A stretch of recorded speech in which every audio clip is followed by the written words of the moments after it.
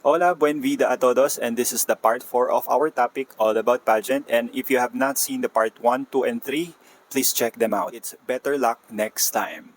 Self-assessment. So, when it comes to this topic, it is important that we have positive dialogue when it comes to ourselves. We really have to treat ourselves humanely. And we always think that you have lots of opportunities for growth and for learnings. Be true to yourself. So this is one important topic also when it comes to pageantry because some people go beyond to the extent that they are changing themselves. Kasi it's easier said than done eh.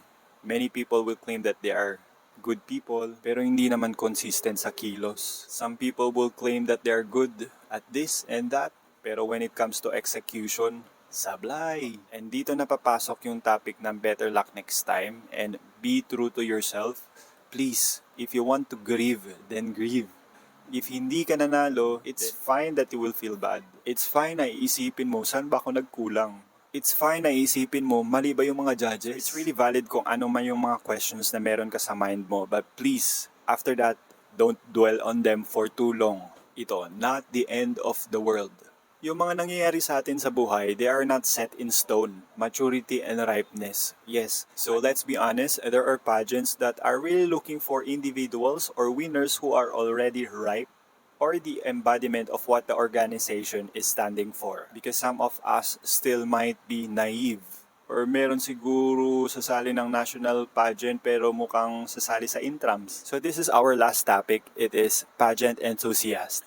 So pageant actually welcomes takers. It is for those who are not sure if they will win but tried anyway. Pageant enthusiasts are also selfless individuals and sometimes be breadwinners. Of course, they are doing it for extra income. This is one thing that most privileged people will never understand. Being blessed with the physical attributes, the spirit of a warrior, joining pageant is one niche that you can pursue.